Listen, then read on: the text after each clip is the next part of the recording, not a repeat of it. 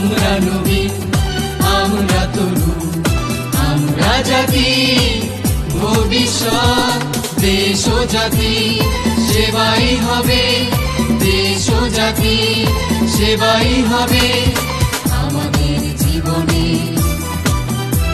শপথ, শিক্ষা, নৈতিকতা, মানবতা, দেশপ্রেম আমাদের চলার নীতি, আমাদের চলার নীতি। এটাই মজিদ জরিনা ফাউন্ডেশন স্কুল কলেজে মূলনীতি। প্রিয় শিক্ষার্থীরা, সকলকে আন্তরিক অভিনন্দন ও শুভেচ্ছা জানিয়ে শুরু করছি আজকের অনলাইন পদার্থবিজ্ঞান ক্লাস। এই অনলাইন প্ল্যাটফর্মে তোমাদের আজকে নতুন একটি অধ্যায় নিয়ে শুরু করব।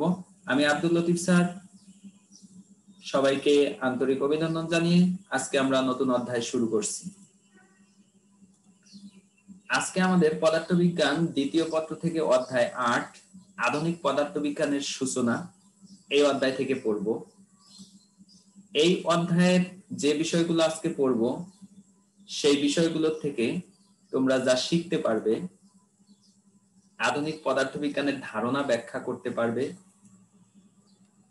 জড় কাঠামো ও অজড় কাঠামো ব্যাখ্যা করতে পারবে, আইনস্টাইনের আপেক্ষিক তথ্য ব্যাখ্যা করতে পারবে, গ্যালিলিয়ান রূপান্তর ও লরেন্স রূপান্তর ব্যাখ্যা করতে পারবে। আমরা চলে আসি আধুনিক পদার্থবিজ্ঞানের ধারণা। ঊনবিংশ শতাব্দীর শেষের দিকে বিজ্ঞানীরা বেশিরভাগই বিশ্বাস করতেন যে যা কিছু পদার্থবিজ্ঞানে জানার প্রয়োজন তা প্রায় সবই জানা হয়ে গেছে, যেমন নিউটনের গতিসূত্র, মহাকর্ষ সূত্র, ম্যাক্সওয়েলের তাড়িৎ-চুম্বক তত্ত্ব।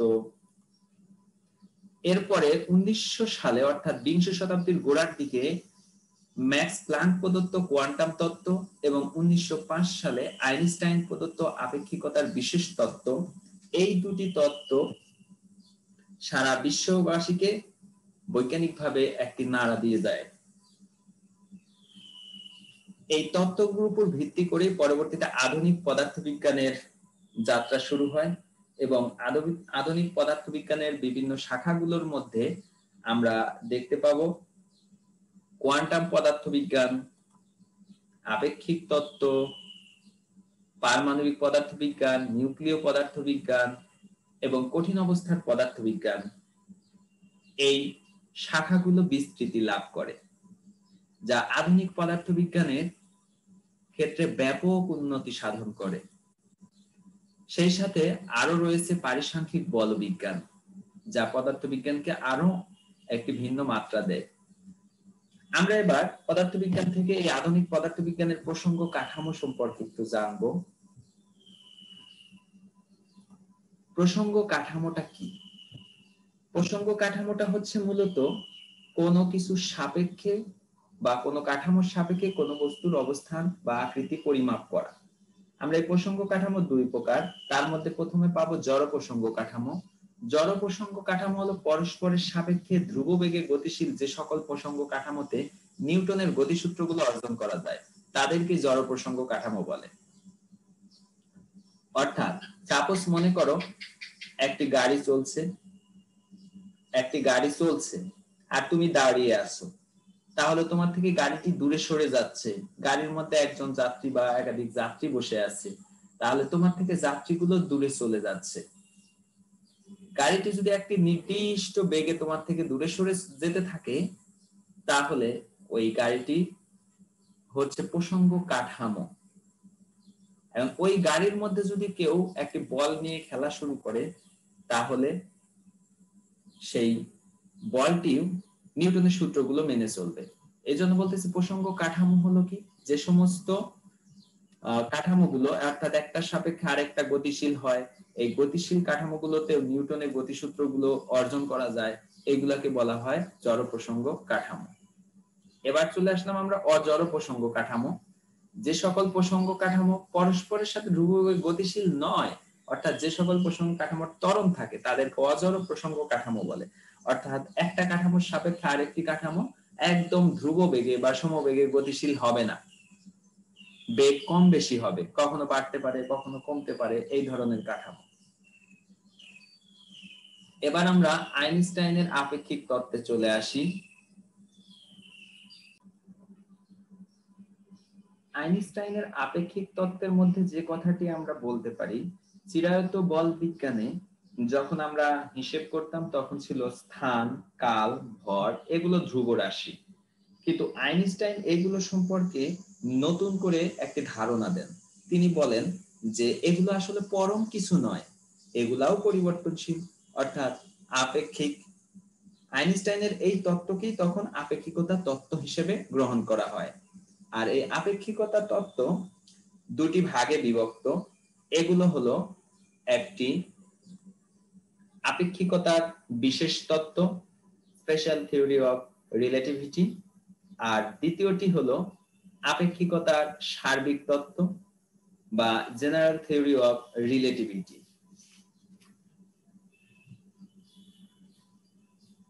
আপেক্ষিকতার বিশেষ তত্ত্বটা কি? আপেক্ষিকতার বিশেষ তত্ত্ব, এখানে আমরা যে গুরুত্বপূর্ণ কতগুলো বিষয় আছে, এই বিশেষ তত্ত্বে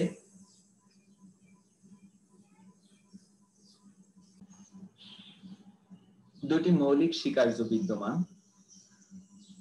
আমরা দুটি মৌলিক স্বীকার্য নিয়ে আলোচনা করব। প্রথম স্বীকার্য হচ্ছে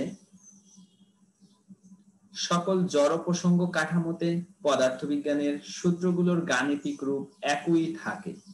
অর্থাৎ যত জড় প্রসঙ্গ কাঠামো আছে সব জড় প্রসঙ্গ কাঠামোতেই পদার্থবিজ্ঞানের সূত্রগুলোর গাণিতিক রূপ অভিন্ন থাকবে, অর্থাৎ একই রকম থাকবে। এটি হলো আপেক্ষিকতার প্রথম স্বীকার্য।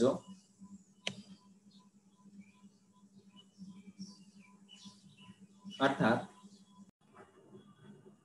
আইনস্টাইনের প্রথম স্বীকার্য। প্রথম স্বীকার্যের কথা যদি আমরা বলি তাহলে প্রথম স্বীকার্য কি রকম হতে পারে আমরা একটু দেখে নেই। সকল জড় প্রসঙ্গ কাঠামোতে পদার্থবিজ্ঞানের সূত্রগুলোর গাণিতিক রূপ একই থাকে, এটি হলো প্রথম স্বীকার্যের বিবৃতি। আবার বলি, সকল জড় প্রসঙ্গ কাঠামোতে পদার্থবিজ্ঞানের সূত্রগুলোর গাণিতিক রূপ একই থাকে, প্রথম সূত্রের বিবৃতিটা। তাহলে আমরা একটু জড় প্রসঙ্গ কাঠামোতে দেখে নেই। আমি দুইটা প্রসঙ্গ কাঠামো আঁকলাম। এই কাঠামোটার নাম দিলাম এস। আরেকটি প্রসঙ্গ কাঠামো আঁকলাম, এই কাঠামোটার নাম এস প্রাইম। এস কাঠামোর সাপেক্ষে এস প্রাইম কাঠামো ভি বেগে গতিশীল, ভি বেগে গতিশীল। আচ্ছা, এখন আমরা যদি অক্ষগুলো চিন্তা করি, এটা এক্স অক্ষ, ওয়াই অক্ষ, জেড অক্ষ, তাহলে এটা হবে x prime, Y prime, Z prime. আমরা পাচ্ছি যে এস কাঠামোর সাপেক্ষে এস প্রাইম কাঠামো ভি বেগে গতিশীল। ঘটনাটা এরকম, মনে করো তোমরা দুইজন বন্ধু আছো। আমি যদি সেভাবে চিন্তা করি, এইখানে এক বন্ধু আছো,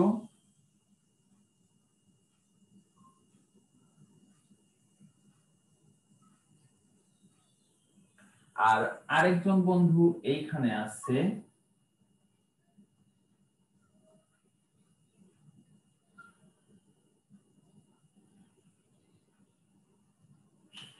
এই এস কাঠামোর বন্ধু স্থির দাঁড়িয়ে আছে, আর এস প্রাইম কাঠামোর বন্ধু দূরে সরে যাচ্ছে, তার কাছ থেকে দূরে সরে যাচ্ছে। প্রথম স্বীকার্য, আপেক্ষিকতার প্রথম স্বীকার্য অনুযায়ী যে ঘটনাটা হবে সেটা হলো, এস কাঠামোর বন্ধু যদি পদার্থবিজ্ঞানের সূত্রগুলো, যেমন মনে করো এফ সমান এম এ, সে এফ সমান এম এ পরিমাপ করে, এফ সমান এম এ, তাহলে এস প্রাইম কাঠামোর বন্ধু এই সূত্র অনুযায়ী কাজ করতে পারবে। তার বেলায় হবে এ প্রাইম সমান সমান এম এ প্রাইম। অর্থাৎ এই কাঠামোতেও, স্থির কাঠামোতেও পদার্থবিজ্ঞানের সূত্রগুলো খাটবে, একইভাবে গতিশীল কাঠামোতেও পদার্থবিজ্ঞানের সূত্রগুলো খাটবে। এটি হলো প্রথম স্বীকার্যের ব্যাখ্যা। এবার আমরা চলে আসি দ্বিতীয় স্বীকার্যটা।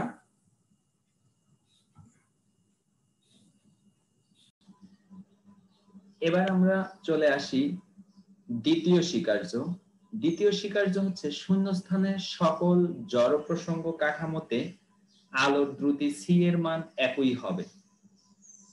অর্থাৎ শূন্যস্থানের সকল জড় প্রসঙ্গ কাঠামোয় আলোর বেগ ধ্রুবক থাকবে, আলোর বেগের কোনো পরিবর্তন হবে না। স্থির কাঠামোতেও যা, গতিশীল কাঠামোতেও আলোর বেগ তাই হবে। অর্থাৎ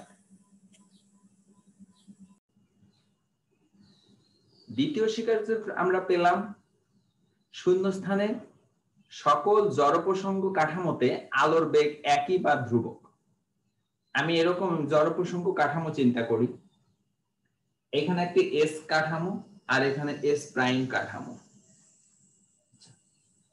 এই স্থানে প্রথম কাঠামোতে একজন বন্ধু আছে, দ্বিতীয় কাঠামোতে আরো একজন বন্ধু আছে, এরা দুইজন বন্ধু।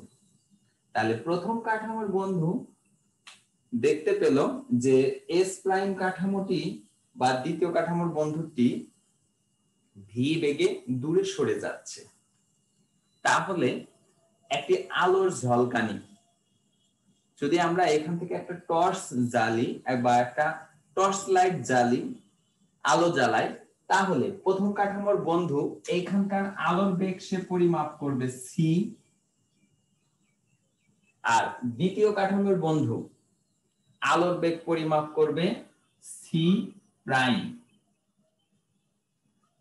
আমরা স্বাভাবিক দৃষ্টিকোণে যে বিষয়টা দেখতে পাই সেটি হলো, তুমি মনে করো রাস্তার পাশে দাঁড়িয়ে আছো, এবার তোমার কাছ থেকে একটা গাড়ি চলে যাচ্ছে, তুমি দাঁড়িয়ে দেখলা গাড়িটা ধীরে ধীরে দূরে চলে যাচ্ছে।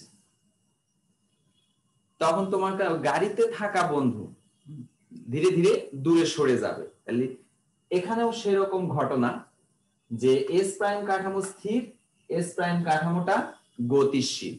আরেকটি উদাহরণ যদি বলি, সাপোজ মনে করো তুমি বাসে চড়ে যাচ্ছ, পাশ দিয়ে একটা মোটরসাইকেল দ্রুত গতিতে অতিক্রম করতেছে, ওভারটেক করে যাচ্ছে। তখন তোমার কাছে মনে হবে বাসের চেয়ে মোটরসাইকেলটা মনে হয় খুব জোরে যাচ্ছে না, ধীরে ধীরে যাচ্ছে।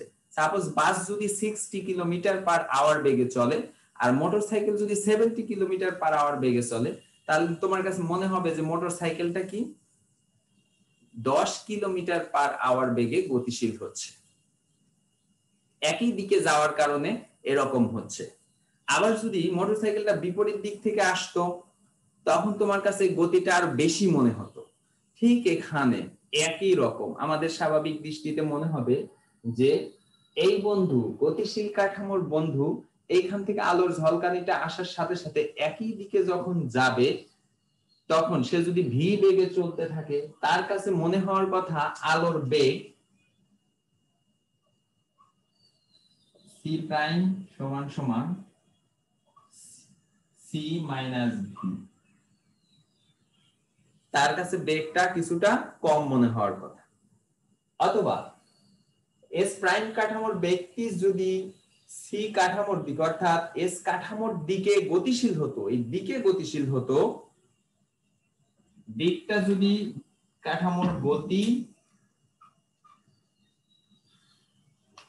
এস কাঠামোর দিকে হয়, তাহলে এবার এই এস প্রাইম কাঠামোর ব্যক্তির কাছে আলোর বেগ মনে হবে সি প্রাইম সমান সি প্লাস ভি। তাহলে আমরা এখানে দেখতে পাচ্ছি গতিশীল কাঠামোতে আলোর বেগটা কম বা বেশি হতে পারে, এটা আমাদের স্বাভাবিক দৃষ্টিতে। কিন্তু আইনস্টাইন দ্বিতীয় স্বীকার্য অনুযায়ী আলোর বেগ কখনো কম বা বেশি হবে না, উভয় কাঠামোতে সমান হবে। তাহলে উভয় কাঠামোতে সমান হলে আলোর বেগ হবে সি সমান সি প্রাইম। উভয় কাঠামোই আলোর বেগ সমান হতে হবে। এটি হলো দ্বিতীয় স্বীকার্য, অর্থাৎ শূন্যস্থানের জড় প্রসঙ্গ কাঠামোতে আলোর বেগ বা আলোর দ্রুতি ধ্রুবক থাকে, সি এর মান একই থাকে। এটি হলো দ্বিতীয় স্বীকার্য।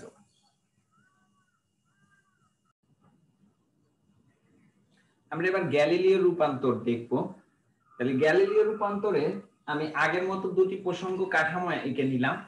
একটি হলো এস কাঠামো, এই কাঠামোটা স্থির। আমি দেখিয়েছি একটি গাছের নিচে একটি বন্ধু স্থির দাঁড়িয়ে আছে, আর আরেকজন বন্ধু তার থেকে ভি বেগে দূরে সরে যাচ্ছে। দ্বিতীয় বন্ধুটি ভি বেগে গতিশীল, প্রথম বন্ধু থেকে সে দূরে সরে যাচ্ছে। এরকম একটা অবস্থায় আমি এই প্রসঙ্গ কাঠামোতে পেলাম, ধরি এইখানে একটা পাখি উঠতেছে, ধরলাম এখানে একটা পাখি উঠতেছে।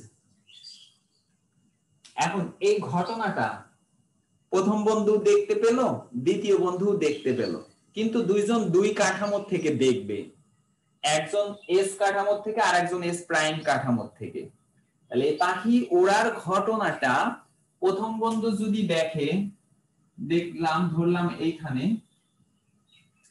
তাহলে সে এখান থেকে এই দূরত্বটা পরিমাপ করবে এক্স,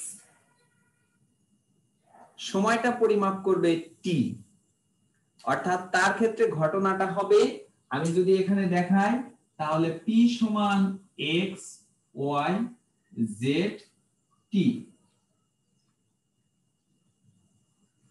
আর দ্বিতীয় বন্ধুটি এস প্রাইম কাঠামোতে গতিশীল ছিল, সে এই ঘটনাটা পরিমাপ করবে এইখান থেকে এই পর্যন্ত, তার ক্ষেত্রে দূরত্বটা হবে এস এক্স প্রাইম এবং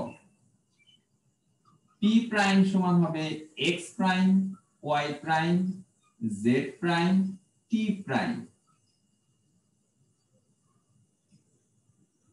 আমি দুইটা কাঠামোর দুটি ঘটনা নির্ণয় করলাম। এখন আমরা এই দূরত্বের সাথে সম্পর্ক স্থাপন করব। আমি ধরে নিলাম প্রথম বন্ধু থেকে এই কাঠামোটি অর্থাৎ দ্বিতীয় বন্ধু যখন দূরে সরে যাচ্ছে, এইখান থেকে আসতে তার একটা সময় লেগেছিল, সেই সময়টার পরিমাণ হলো টি। ধরে নিলাম টি সময়ে এস কাঠামো থেকে এস প্রাইম কাঠামোটি দূরে সরে এসেছে, কত বেগে? ভি বেগে। তাহলে আমরা জানি যে দূরত্ব সমান বেগ গুণন সময়, বেগ এবং সময়ের গুণনফলই হলো দূরত্ব। তাহলে টি সময় পরে দ্বিতীয় বন্ধুটি প্রথম বন্ধু থেকে কত দূরে থাকবে, আমি সেই দূরত্বটা যদি বের করি তাহলে এইটুকু হবে সেই দূরত্ব। দূরত্ব এটা হবে দূরত্ব সমান বেগ ভি, সময় লেগেছিল টি, ভি টি। তাহলে আমি এখান থেকে লিখে দিতে পারি এটা ভি টি।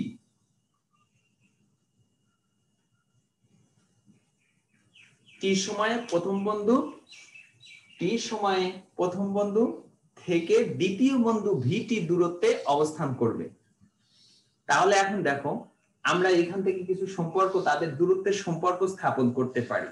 আমরা দেখতে পাচ্ছি প্রথম বন্ধু কাছ থেকে, প্রথম বন্ধুর নিকট থেকে দ্বিতীয় বন্ধু সরে গেছে ভিটি দূরত্বে, এবং দ্বিতীয় বন্ধুর অবস্থান থেকে পাখি ওড়ার ঘটনাটা সে নির্ণয় করলো এক্স প্রাইম, আর প্রথম বন্ধু সেই ঘটনার দূরত্বটা নির্ণয় করলো এক্স। তাহলে আমরা এই চিত্র হতে লিখতে পারি, সুতরাং এক্স সমান এক্স প্রাইম প্লাস ভিটি, আমরা এইভাবে লিখতে পারি। অথবা বিষয়টি যদি ঘুরিয়ে লিখি, দেখো আমি এক্স প্রাইমটা বের করব, দ্বিতীয় বন্ধু গতিশীল কাঠামোর দূরত্ব, এই দূরত্ব কতখানি হয়? এক্স প্রাইম সমান সমান সম্পূর্ণ এক্স দূরত্ব থেকে ভিটি দূরত্ব যদি বিয়োগ করে দেই তাহলে পাওয়া যাবে এক্স বিয়োগ ভিটি। যেহেতু কাঠামোটি শুধুমাত্র এক্স অক্ষ বরাবর গতিশীল হচ্ছিল, তাই দূরত্বটা শুধু পরিবর্তন হচ্ছে, আর বাকিটা ওয়াই প্রাইম সমান সমান হবে ওয়াই, জেড প্রাইম সমান সমান হবে জেড, আর টি সমান সমান টি, টি প্রাইম সমান সমান টি। এই ছিল হলো গ্যালিলিও রূপান্তর। তাহলে এই কয়টাকে বলা হচ্ছে গ্যালিলিয়ান ট্রান্সফরমেশন বা গ্যালিলিয়ান রূপান্তর। তাহলে গ্যালিলিয়ান রূপান্তর আমরা গতিশীল কাঠামো আর স্থির কাঠামোর সাথে সম্পর্ক পাচ্ছি। এখন যদি বিপরীত গ্যালিলিয়ান রূপান্তরটা আমরা বের করি, তাহলে খুব সহজ। আমরা বেগটা কি হবে, ঘুরে যাবে, বিপরীত দিকে হবে। যদি সে বিপরীতমুখী হতো তাহলে কেমন হতো? তাহলে আমরা বেগের কাছে ঋণাত্মক চিহ্ন বসিয়ে দিলেই হবে, ঋণাত্মক বসিয়ে দিলে এটা প্লাস, তখন আমাদের এই ঘটনাটা দাঁড়াবে বিপরীত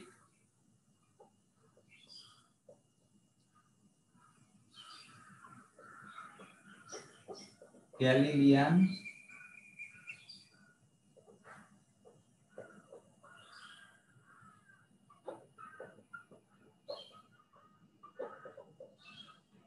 রূপান্তর। এখান থেকে আমরা পেয়ে গেলাম x। এইভাবে চিন্তা করো, vt যদি এই পাশে নিয়ে আসো তাহলে x সমান আসতেছে x প্রাইম প্লাস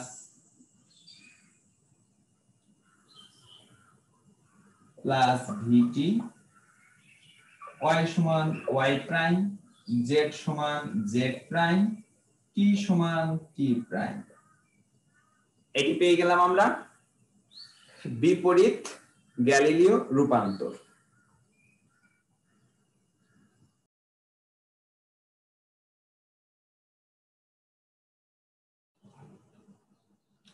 এবার আমরা লরেন্স রূপান্তরের কথায় আসি।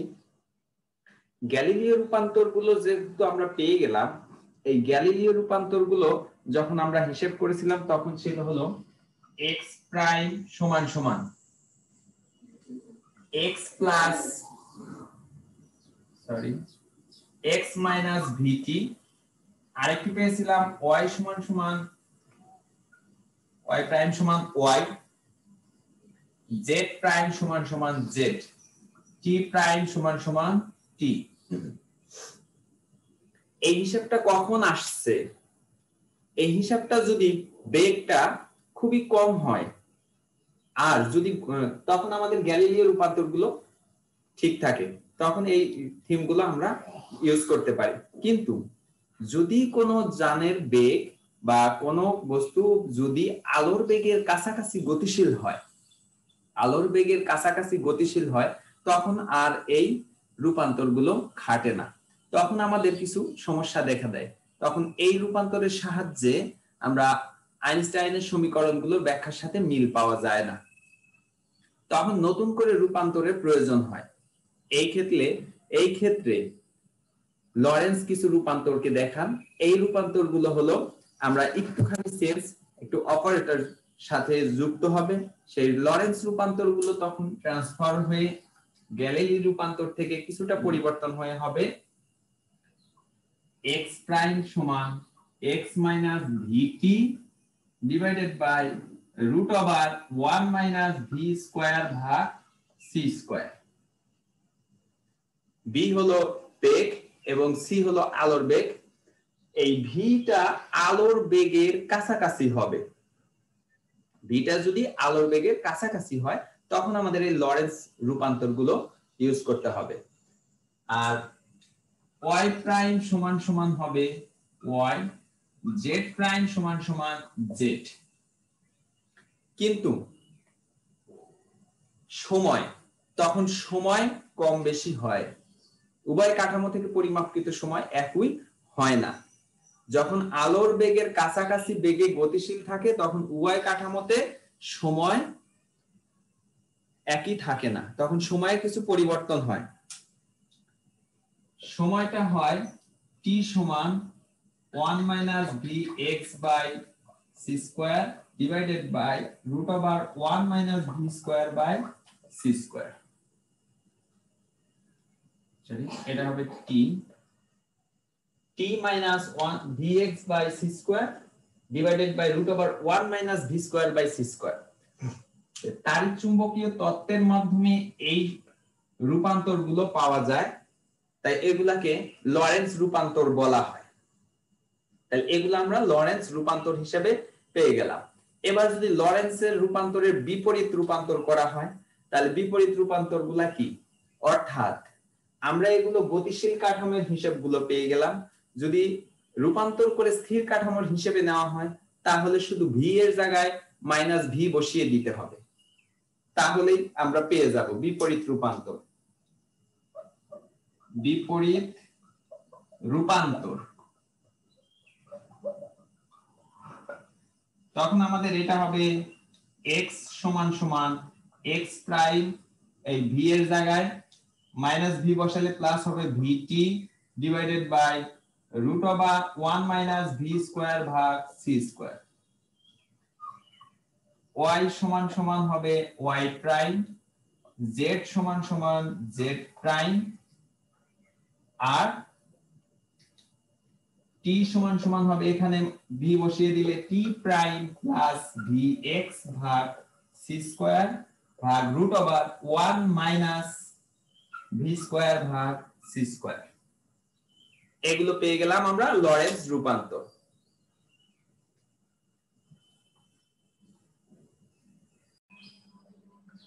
তোমাদের বাড়ির কাজ হচ্ছে জড় কাঠামো ও অজড় কাঠামোগুলো কি এই সম্পর্কে ধারণা লাভ করবে, পাঠ্য বই অধ্যয়ন করবে, আইনস্টাইনের আপেক্ষিক তত্ত্ব দুটি জানবে, আর গ্যালিলিয়ান রূপান্তর ও লরেন্স রূপান্তরের ইকুয়েশন গুলো অবশ্যই ভালো করে প্র্যাকটিস করবে।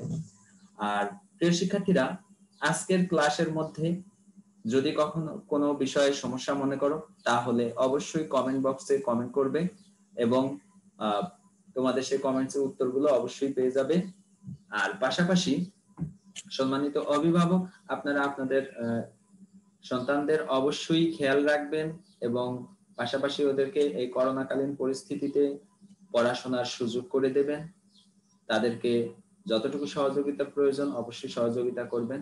প্রিয় শিক্ষার্থীরা, সবাইকে আন্তরিক অভিনন্দন জানিয়ে আজকের মতো শেষ করছি। এ পর্যন্তই। সবাই ভালো থাকবে, সুস্থ থাকবে।